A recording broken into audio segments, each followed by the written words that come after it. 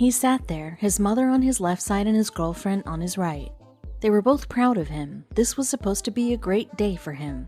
Jacob was so proud, but when his name was called, the principal stopped dead. He stared at Jacob for a moment and then carried on with the list. Once they found out why Jacob was picked out from his graduation, there was plenty that people had to say. There was a student attending Crown Point High School in Crown Point, Indiana. His name was Jacob Dalton Stanley, and he had dreams of serving his country ever since he could walk. He wanted to be a sergeant. At 10, he was so sure that this was going to be his dream. He wanted to follow in his father's footsteps, but no one took him seriously at such a young age. Jacob was careful not to mess things up, so he studied hard and made sure to finish high school before he could start his big dreams. He went through his studies, and directly after graduating, he applied to be a Marine. He did the boot camp that was necessary and managed to get back to Indiana so he could attend his graduation day, but he had no idea how it would play out. Both Jacob's girlfriend Shannon and his mother Kathy were beaming with pride as they saw him walk up the steps to the house again. He was wearing his Marine Corps uniform. His mother nearly cried at the sight. She knew her son had it in him. He was also about to graduate. She couldn't have been happier.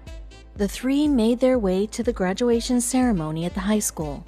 They were so happy at what Jacob had achieved. All of the hard work was working in his favor. Jacob was just as ecstatic as his mother and girlfriend. He was going to beam with pride when he received his diploma in front of his friends and family. He felt like he had worked hard in school for so long that he'd earned it. All of Jacob's friends and teachers smiled at him. They were happy to see him again, and some of them were giving him a salute. The air was electric with excitement from all of the students. What would turn the excitement into surprise was what Jacob had decided to wear. For some reason, it seemed to push things in a different direction. Principal Chip Pettit was the head of Crown Point High School. He walked on stage and picked up the microphone. He looked down at his scrawled notes and started the opening lines of his speech. After a small speech, he started calling out the names of the graduates in alphabetical order. But soon everyone would hear it, and they'd all be in shock. The principal finally reached the S's. The anticipation was killing Jacob. He couldn't wait. Kathy looked over at Jacob and smiled. He had even written an acceptance speech that he had practiced until the words were pretty much memorized. His name was next. He sprung up, hardly waiting for it to be called. But then there was a pause. The principal's eyes locked with Jacob's. He grew a smirk on his face and then looked back at his list. He then read the name after Jacob's. This was an outrage. He had skipped his name on purpose. Jacob couldn't believe it. Why would he do something like this? Maybe his name wasn't on the list. Some kind of mix-up? He didn't understand. Jacob hung his head. He thought back to how he had defied the principal that very same day, but he thought he'd be professional about it and wouldn't try to humiliate him as revenge. He felt that he was perfectly reasonable. He had stood up for what he thought was right. It was just that the principal didn't see it his way. Why was his clothing such a problem? He felt it wasn't fair. After putting his life on the line to serve his country, this was how he was treated? And what infuriated Kathy the most was that she looked around and noticed that there were other students who were violating the graduation dress code too. And yet, their names had still been called. Did Mr. Pettit have a problem with her son? It was a disgrace, Kathy later said in an interview. There was one student who wore shorts and gym shoes, and another student who wore a red turban symbolizing his religious views. Jacob had shown up to the ceremony wearing his full-dress blue Marine Corps uniform. But to be fair, there was nothing in the Crown Point Community School Corps bylaws that addressed whether U.S. military uniforms could be worn at graduation. Everyone was outraged, but nobody expected Jacob's story to reach such high places. The situation was absolutely ridiculous, said Leanne Tustison, a peer of Jacob's. He's in the military putting his life on the line for us. It's unacceptable that he was not allowed to walk across the stage. The students were outraged, she added. There were some students who were going to walk in solidarity with Jake, and the backlash didn't stop there. Crystal Hernandez, who heard about the story, took to Facebook.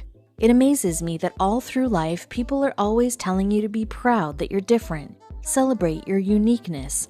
Yet, at one of the most memorable events in your life, an administrator makes the decision to completely destroy your accomplishments, she wrote. Shame on you, CPHS and Chip Pettit. But Mr. Pettit had more than the ire of the community to contend with. Soon, the House Education Committee had heard the story too. I sent Mr. Pettit a letter today, one angry Facebook user wrote. I know of people who are pulling all financial support of CPHS and their programs over this. If that were my son, I would have escorted him across the stage. But what did Mr. Pettit have to say? Well, according to him, Jacob had been warned. When Jacob participated in his Crown Point High School senior class graduation rehearsal earlier that day, Mr. Pettit had informed him that he wouldn't be allowed to wear his uniform to the ceremony. And to Jacob's shock, the principal was true to his word. So when he arrived at his graduation ceremony in his uniform, his name was struck off the program. But in the wake of an unbelievable amount of backlash, does Mr. Pettit regret it? Although Mr. Pettit has received a ton of hate online, he insists that he was only enforcing school policy and stands by what he did. He argued that Jacob could have instead worn a military stole or cord over a gown and been recognized during the graduation ceremony. This tradition is not intended to be disrespectful to students, parents, or our community, but as a source of pride for our students, Mr. Pettit told NBC Chicago.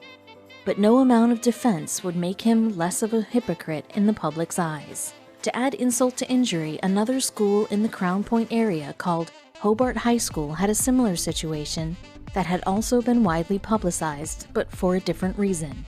A graduate named Anna Kritikos had also enlisted in the Marine Corps, and like Jacob, she had graduated early so she could enlist.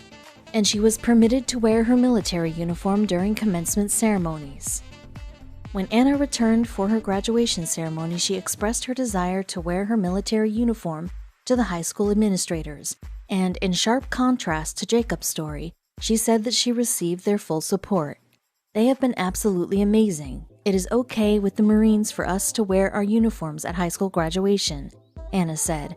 I know the school board, the principal, and superintendent talked about it, and were in agreement that I could wear my Marine uniform. So couldn't Principal Pettit have held his tongue and done the same? Unlike Crown Point and their now wildly unpopular principal, Peggy Buffington, Hobart High School superintendent, said that her school tries to go out of its way to recognize military graduates. We recognize audience members and future military and our graduates by having them stand. It is always a very special and patriotic moment where the audience roars with applause, Peggy revealed. This year was especially nice because Anna Kritikos graduated mid-term and landed just in time for the graduation ceremony. We did recognize her and the achievements she has made in the Marines already, Peggy continued. She is a private first-class military occupation specialist.